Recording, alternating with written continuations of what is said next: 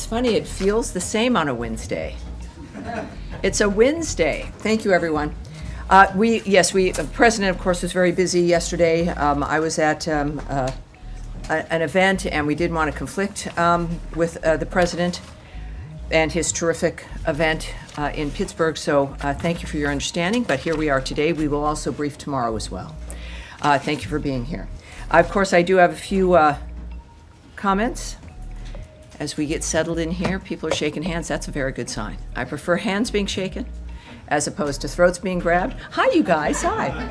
I will note that your colleague Nadia, who is normally here, is not, because she was at the White House asking the president questions. So I'm a little jealous, but it's all right. I will rib her about that tomorrow. I hope she appears tomorrow. So thank you, everyone. This week, the United States is delivering results that uphold our values, protect our interests, and reinforce American leadership on the global stage. Over the weekend, in solidarity with the Cuban people on the anniversary of the July 11th, 2021 protests, Secretary Rubio designated regime figurehead Miguel Diaz-Canel and two other senior officials under Section 7031C for gross human rights violations. This action builds on existing visa restrictions targeting Cuban judicial and prison officials involved in the unjust detention and torture of protesters. In addition, we are cutting off financial lifelines to the regime by updating the Cuba restricted list and Cuba prohibited accommodations list to include 11 regime-linked hotels. This week, also, President Trump, joined by Secretary Rubio, met with NATO Secretary General Mark Rutte in the Oval Office. The president reiterated his desire to end the bloodshed in Ukraine and expressed disappointment in Vladimir Putin's continued refusal to do so. As part of this effort, President Trump announced the United States will sell advanced U.S. weapons to NATO allies who may choose to send them to other countries. 2 months after President Trump traveled to the Middle East, countries are still coming to us to build off the momentum that his trip generated. Bahrain's Crown Prince is visiting Washington today, as many of you would have noticed, where he announced Bahrain's intention to invest over $17 billion, that's with a B, in the United States. The deal constitutes a major U.S. commercial win that could support up to 30,000 American jobs. Regarding the situation in Syria, we heard the Secretary state during today's meeting in the Oval Office, quote, "It's complicated. Obviously, these are historic long-term rivalries between different groups in the southwest of Syria, Bedouins, the Druze community, and it led to an unfortunate situation and a misunderstanding, it looks like, between the Israeli side and the Syrian side. So we've been engaged with them all morning long and all night long, and with both sides, and we think we're on our way towards a real de-escalation and then hopefully get back on track in helping Syria build a country and having a situation there in the Middle East that is far more stable. So in the next few hours, we hope to see some real progress to end what you've been seeing over the last few hours." Turning to our transatlantic partnerships, Secretary Rubio met yesterday with Italian Foreign Minister Antonio Tajani to coordinate next steps on the Israeli-Iran ceasefire, reaffirm our joint resolve on Ukraine, and address shared challenges posed by China and developments in Latin America. In the Western Hemisphere, Deputy Secretary Christopher Landau met Monday with Haitian Prime Minister Phil Amé to discuss the urgent need to restore security, stability, and constitutional order in Haiti. He underscored continued U.S. support for the multinational security support mission. Looking to the Indo-Pacific, President Trump has announced the composition of the presidential delegation that is traveling to the World Expo in Osaka, Japan on U.S. National Day, which is tomorrow, Thursday, July 19th, 2025. The delegation is led by Secretary of the Treasury Scott Bessent and includes Deputy Secretary of State Christopher Landau, a busy man. Since the expo opened on April 13th, nearly 1 million guests have visited the USA Pavilion, and we expect over 2 million visitors over the duration of the expo. The USA Pavilion serves a unique convening place for American companies to connect with potential customers and drive American prosperity. This event, along with our recent engagements with the Quad and ASEAN, reaffirms that U.S. leadership in the Indo-Pacific is enduring, strategic, and producing real results. So that is my opening here on this Wednesday. I will now happily, most of the time, take your questions. Daphne. Thank you. Just to follow up on what the Secretary said earlier on Syria, Yes. What is it that the U.S. is hoping to see in the next few hours?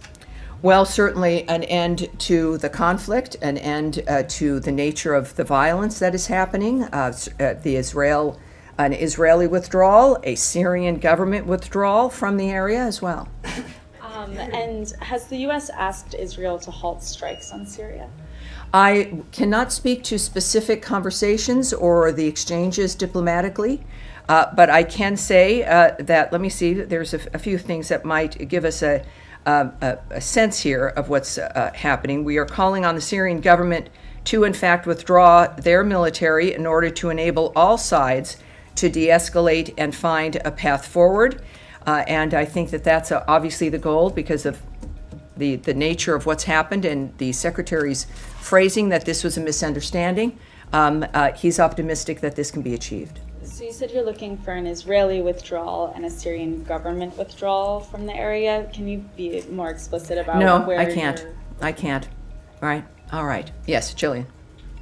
So given what you just laid out, seems like it's safe to say that there is daylight between the President and Secretary Rubio and the Israelis? Well, I wouldn't say that at all, no. But very good try.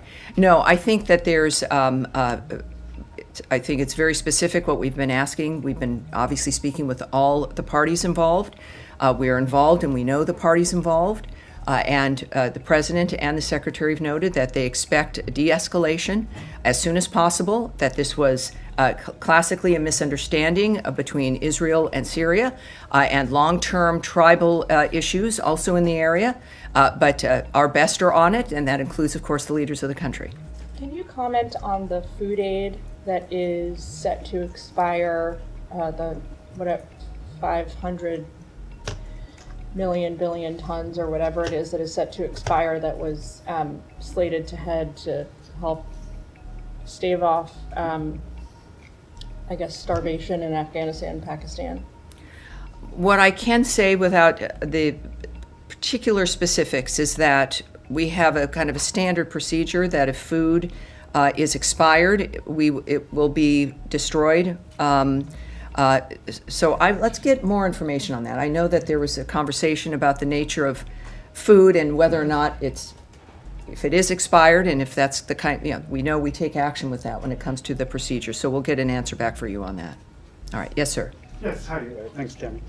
Just back on Syria, could you give us a sense of whom the Secretary has reached out to, both on the Syrian side and on the Israeli side? No.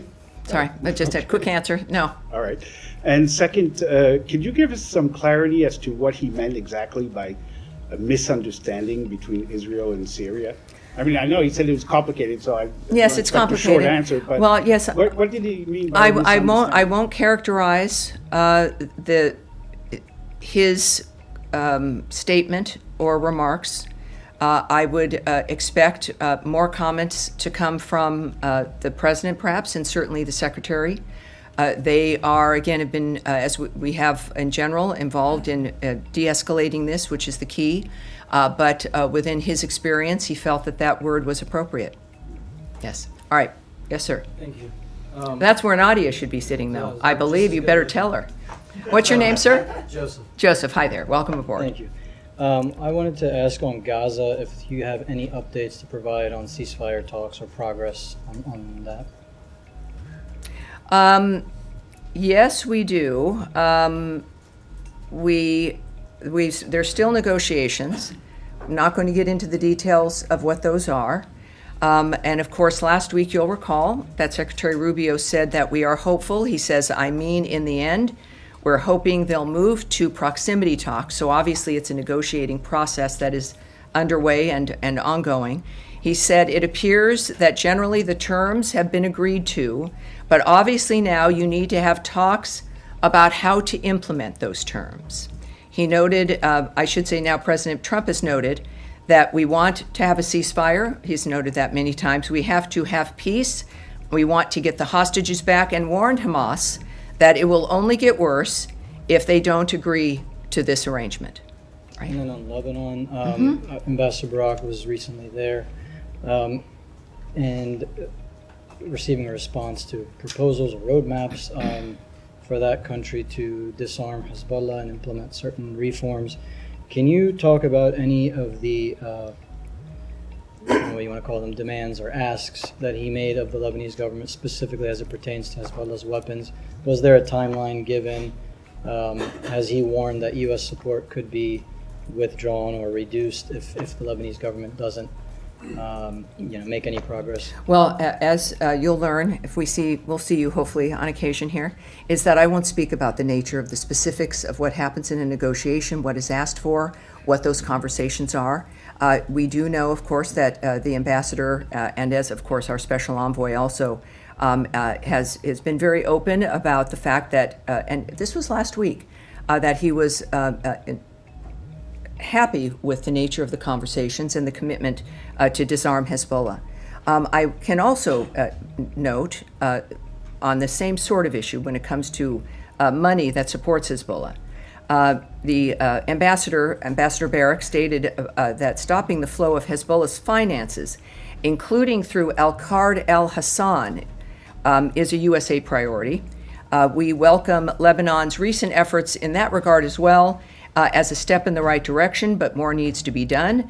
The Lebanese government must abandon the pretense that Al-Qard al-Hassan is an NGO under Lebanese law rather than what it is, which is a financial institution used by Hezbollah to subvert international sanctions regimes and undermine Lebanon's formal economy. So I can have that for you. Yes, sir. Thank you very much. Tell me, there's a Qatari delegation. We'll take your question, but then I'll come right back to you. Go ahead, sir. Okay. I know you're like really close to each other. All right, go ahead.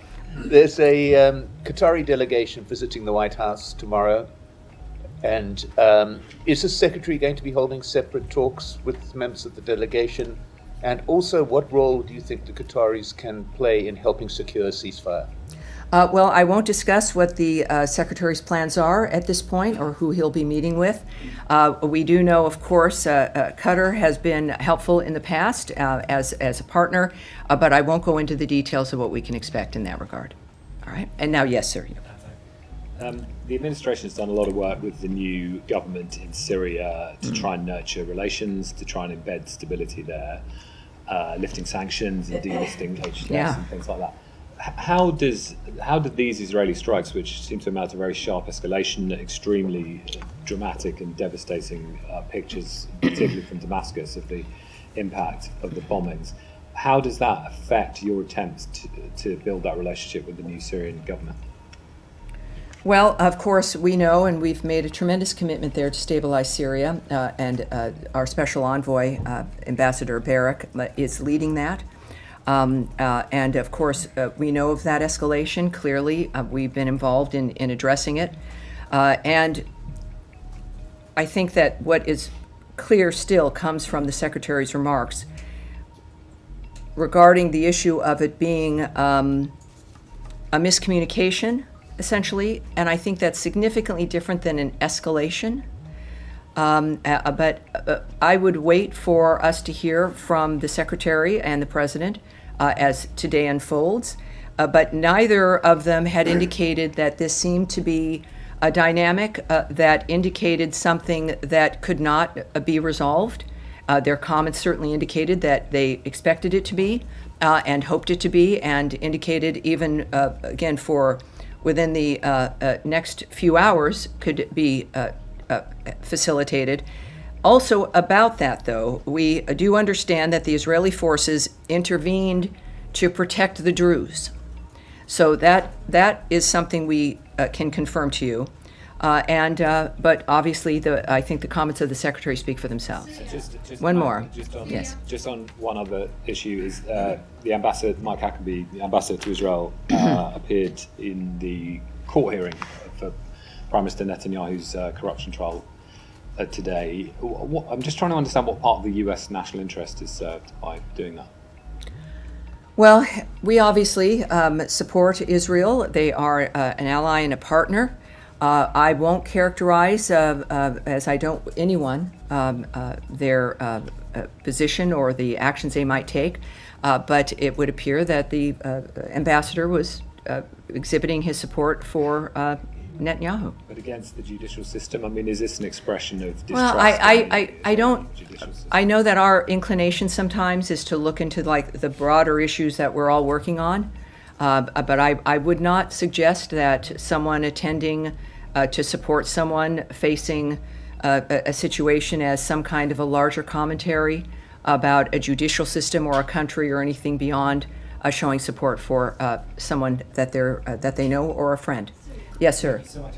On the Syria, the Secretary obviously said that he had been in discussions all morning and night. Were you given advance warning that Israel was going to strike Damascus? Not that I'm aware of. I think that the reaction of the President and Secretary of State indicate that we're reacting as we should when it comes to seeing something that was unexpected and could be resolved. And then their comments today indicated that that was the response and what they expect to have happen, which they've obviously conveyed to the parties involved. And then just quickly, back to Ambassador Huckabee. Yesterday he issued quite a stern tweet calling the killing of a young American in the West Bank a terrorist act. Is that a reflection of a broader State Department viewpoint that the killing of Saif Musab Well, was a terrorist again, act? and welcome back, by the way. So it you. says thank you. I'm, again, not going to characterize anyone's comments. I think that we've been clear. I can, of course, expand a little bit on our position in this regard.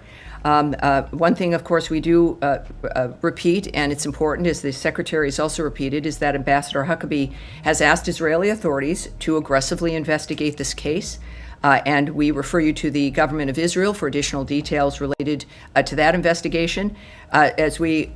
Because of the nature of the world these days, I say very often that we have no higher priority than the safety and security of U.S. citizens. It's a reminder to everyone watching at home, the role of the State Department and why we work as hard as we do. We can confirm the death of a U.S. citizen, Saif Musab, in the West Bank on July 11th. We offer condolences to the family on their loss and are providing consular assistance to them.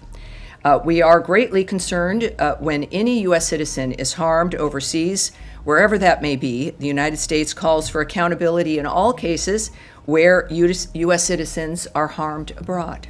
All right. Yes, ma'am. Thank you so much, Tammy. Secretary Rubio has taken a lot of ownership of, if not pride in, the reorganization of the State Department, which, as you well know, resulted in the layoffs of over 1,300 employees last week. Do you know, does the Secretary plan to address the workforce directly about this? What I can tell you is that without forecasting his actions or any remarks, is that the Secretary, as you all know, is very vocal and likes people and engages with them as often as he can. He cares very much about this department and to the point where, look, he undertook something that others had talked about or wished could be done, but just didn't. It was important enough for him so that the people who are here could have a work experience and the result of the products they produce and the passion they have for the work, that it could actually be efficient, that it could get things done within an amount of time that makes it relevant. So it's his phrase is at the speed of relevancy.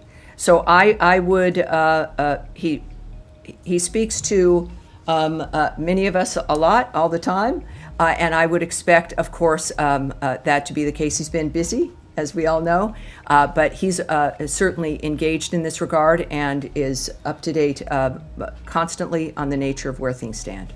But just respectfully, I mean, it's the department he Sure, oversees, right? of course he drove will. a lot of Of this course. process, and I think that we've reported and Well, I Congress think has that what heard I from think to layoffs. not, don't move too far ahead of the fact that I'm not going to state when or how or whether he will. What I've said is that he speaks to us all the time.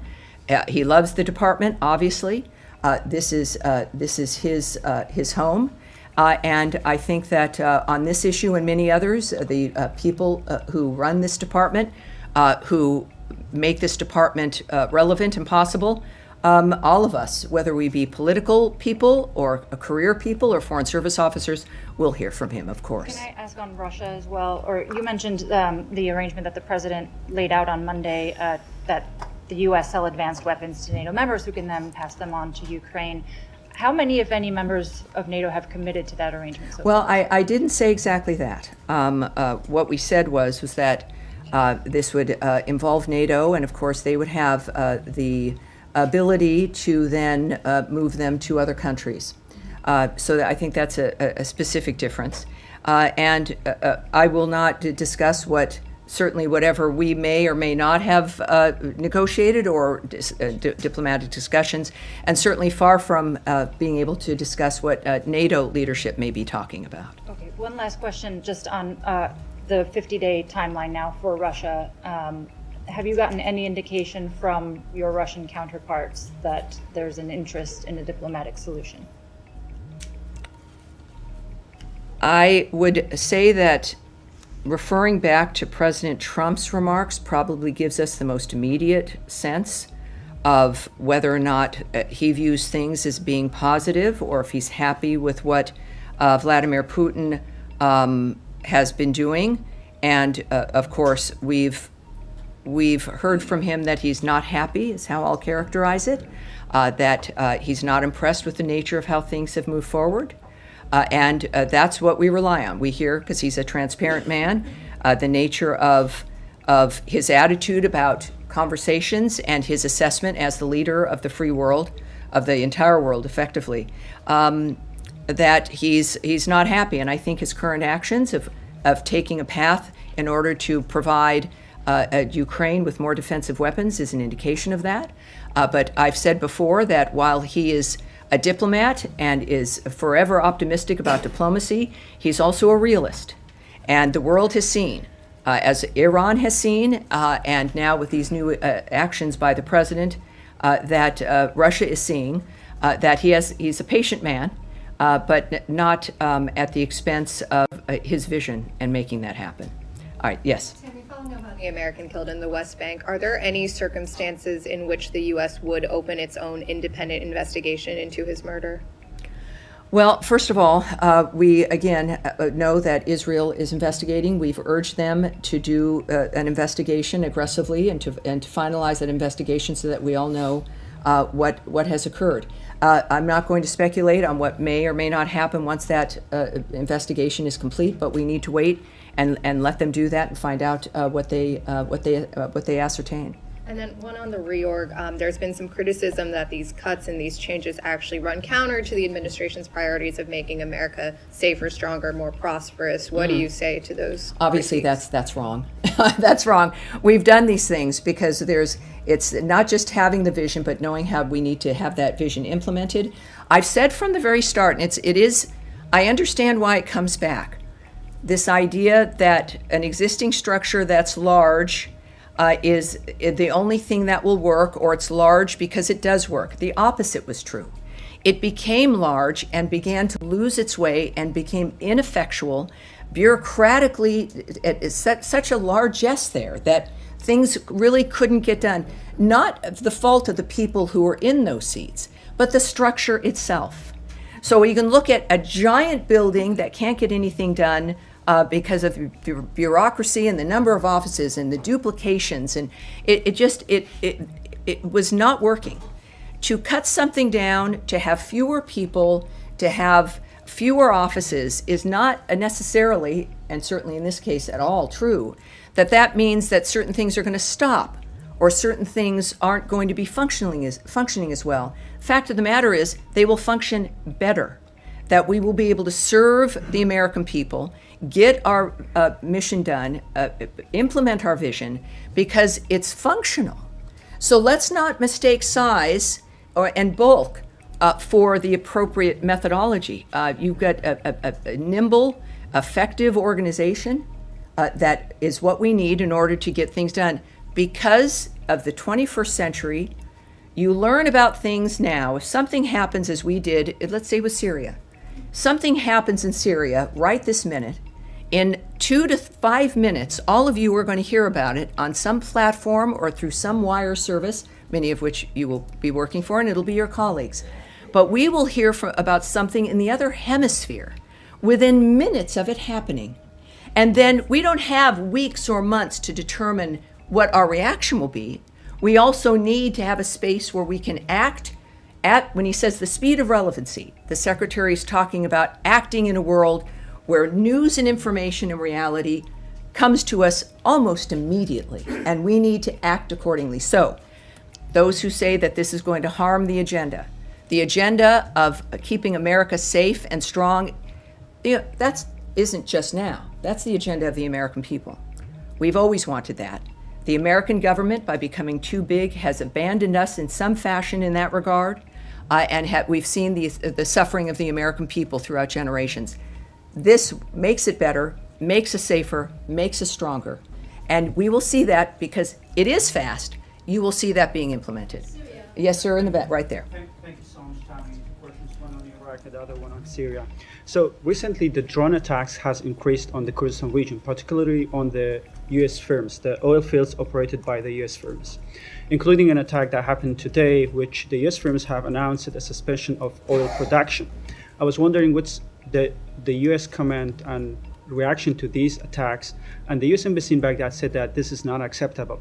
What do you mean by this is not acceptable? Are you going to take any actions against those groups who attack these oil fields? Well, we have been vocal regarding actions that have happened with Iraq and the Kurdistan region. We've made it clear that we expect Iraq to withdraw certain dynamics that they apply to the Kurds when it comes to issues of salaries and oil distribution, et cetera.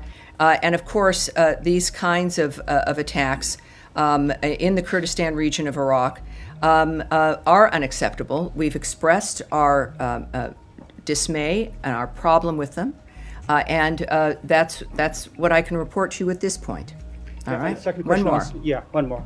On Syria, you said that you confirmed that Israel intervened to protect the rights of Jews in Syria. Well, I said they were to protect the Druze. I did not say the rights of, but yes, that's what we understand is what Israel was doing. Yes. So I'm going to ask a question Yes, about right. the U.S. view on that. So, do you think the absence of the comprehensive political solution in Syria, one that safeguards the rights of minority groups like Kurds and Druze, has impacted the situation like that? We've heard Ambassador Barak said that the U.S. does not support federalism in Syria. So how should the minority groups like Kurds and Druze feel safe to integrate within a government which they go and insult their dignity? Well, obviously, this has been very fast-moving. It's been made very clear there through our support with Ambassador Barak what our intentions are. We've understood that the results have to be, you can put your hand down, sir, thank you, that the results have to be described. People there in Syria have to see results, especially regarding the infrastructure. At the same time, this is a new fluid dynamic.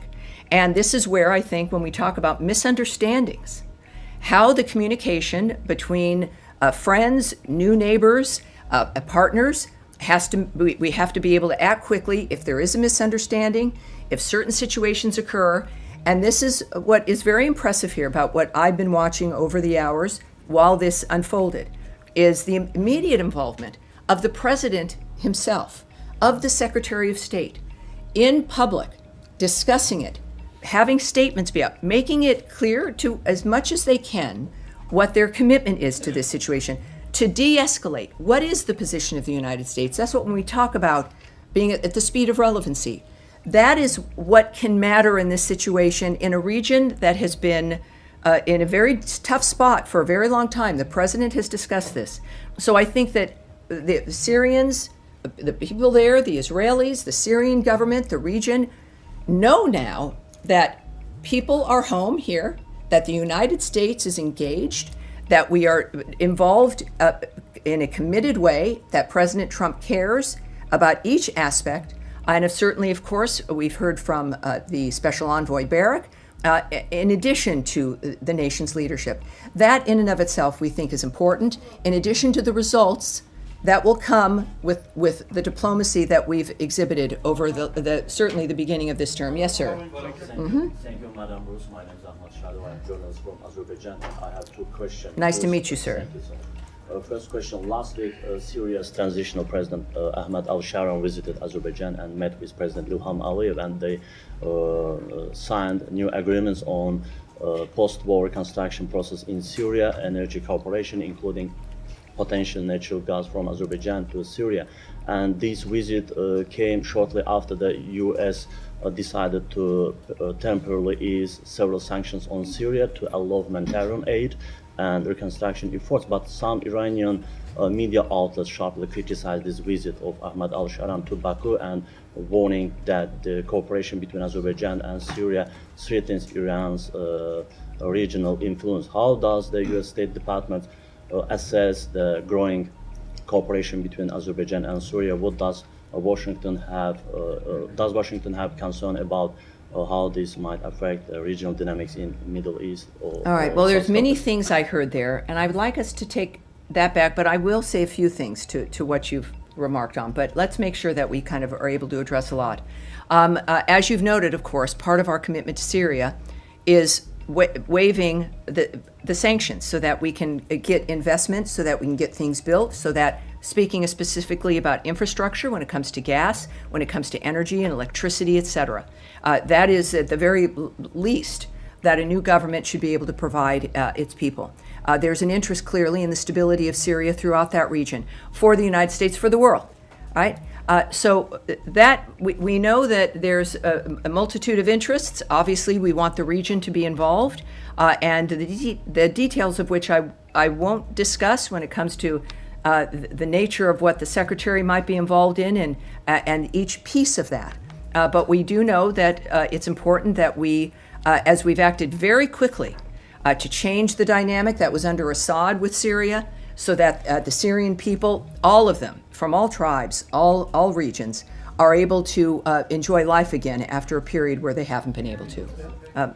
Yes, go ahead. Can I ask on GHF, at least 20 Palestinians were killed today at an aid distribution site run by GHF in what the US-backed group said was a crowd surge instigated by armed agitators.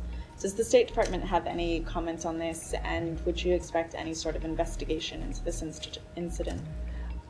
Yes, I do have a remark for you. I know you don't look like I might. You're looking a little. Don't be forlorn. No, we do. What I will say also, while I'm here in this space, is that we are now at 76 million meals to date have been distributed to the region. So I think that's important to address. So this is regarding the 20 killed, as you have noted. GHF itself has issued a statement, which I will provide for you here.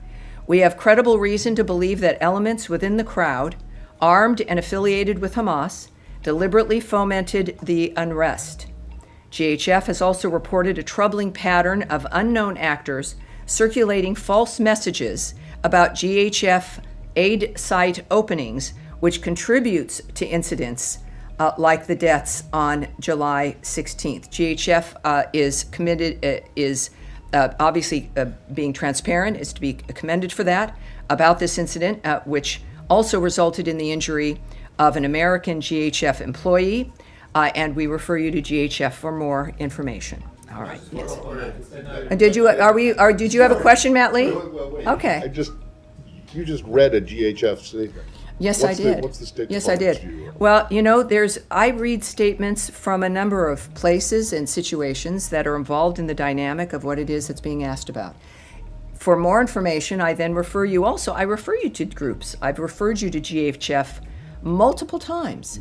So if it's a group that's involved in something that's made a statement, it's worth hearing. Right. How you handle that statement is up to you. I did not say how you should report on that or what you would ask next. But does that mean that the State Department doesn't really have anything? It means that I've read a statement, Matt Lee. I've read a statement about a group that was being asked about, and they made a statement, and I shared it with everyone here.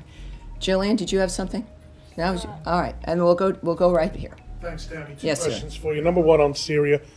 As Tom mentioned earlier, it's an immense amount of political capital that's been involved in propping up al-Sharaa and giving the government legitimacy. I would move you off the phrase "propped up."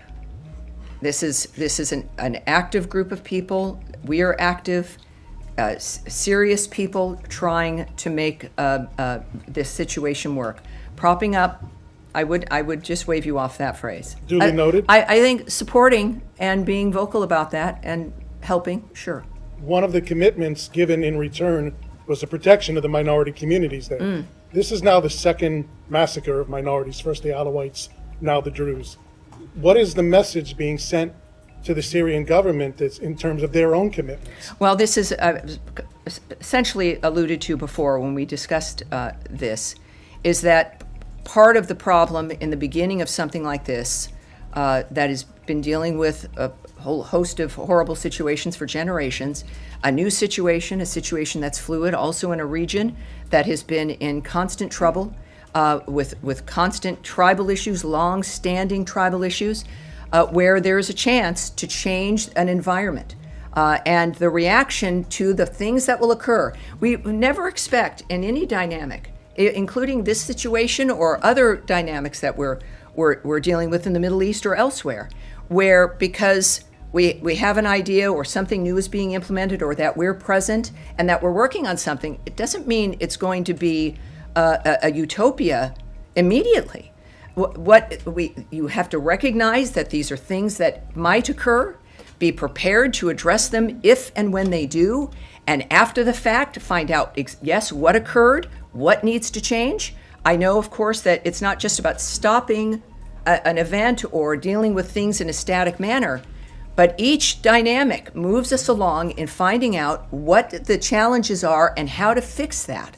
And that is clearly going to be the case here with this situation. With the death of the real quick. One more. Very quickly, with the death of the American in Judea and Samaria, President Trump and Secretary Rubio were discussing it with the media earlier today. The president looked at the secretary. He mentioned something about a meeting about it tomorrow. The White House press office is looking into it for me. They didn't quite understand either.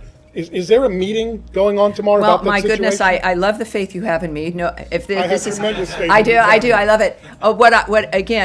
Which is a very exciting time to be doing this kind of job, and also when it comes to a president like President Trump, and our discussions about the speed with which things happen all the time. This is one of those cases. Decisions are made in the moment with the President of the United States. I wasn't there.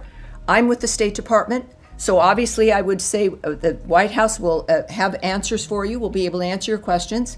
And I certainly won't speculate on what that means.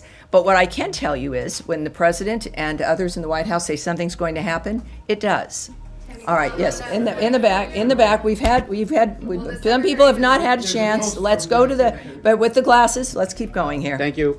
After the ceasefire between India and Pakistan, India is now releasing threatening statements and has blocked water supply to millions of Pakistani by suspending Indus Water Treaty. Pakistan says it considered it as an act of war, as more than 240 million Pakistanis rely on the supply of this water for agriculture and basic needs. So what are your comments on this? Well, yes, that's specifically, I have nothing for you regarding that particular dynamic, but let's see what we can find, and we will get it back to him. We'll have one more with someone who has not already had a bite at the apple in the glasses, sir, at the end of the row. Yes. Terrific. Do you expect Israel to inform the US before carrying out bombing raids in the region? Well, I can't speak to any arrangements we have regarding certainly what the DoD might be addressing or dealing with, or diplomatic arrangements we've made or agreements we have with another country regarding or not regarding military engagement. So that's not something I can answer for you. One quick follow-up. Relating to British relations, the State Department revoked the visa of British rapper Bob Vylan after he I'm chanted... sorry, with that, say the name again, sir, I'm sorry. Bob Vylan. Yes, of course. After he chanted death to the IDF at Glastonbury. An Irish rap group called Nuke is facing terror charges in the UK for shouting up Hamas, up Hezbollah during a concert while draped in a Hamas flag. The group has a US tour planned for this summer. Will the State Department also consider revoking their visas? Well, again, I won't speculate on a decision that's going to be made by our consular services here and the rules that are involved, regardless of what you may think we would do. But I'm not going to project or get ahead of my skis when it comes to speculating on what might occur. All right, and you've had your hand up all day. You will be our last question. I'm sorry, everyone, but I'll be back tomorrow. It'll be fun to do one day right after the next. Yes, ma'am. Thank you. I just want to follow up on Syria. You said that Israeli forces intervened to protect the Druze community. But today, an Israeli strike actually struck near the presidential palace in Syria's capital, Damascus, and Israel also targeted Syrian military headquarters in the city. Does the U.S. consider the Syrian presidential palace and the military headquarters as a legitimate military target for Israel? And do you believe that the Syrian government, whose leader, by the way, has met with the President Trump and praised by him, poses a threat to Israel? Well, obviously, those are not going to be. There's a lot of speculation there. I'm not going to comment on whether or not Israel and how they make their decisions about what it is they feel the need to do. We understand, again, that they intervened to protect the Druze. The steps of what that meant to them, I can't speak to. You could, of course, ask the Israeli government. But we are involved, clearly, in the framework of stopping this and de-escalating. And we will no doubt have more answers as the days go on. And that will be it. That will be it. Specific steps. Can you tell us what those steps are? That's it for today. Thank you, everyone. All right. I'll see you tomorrow.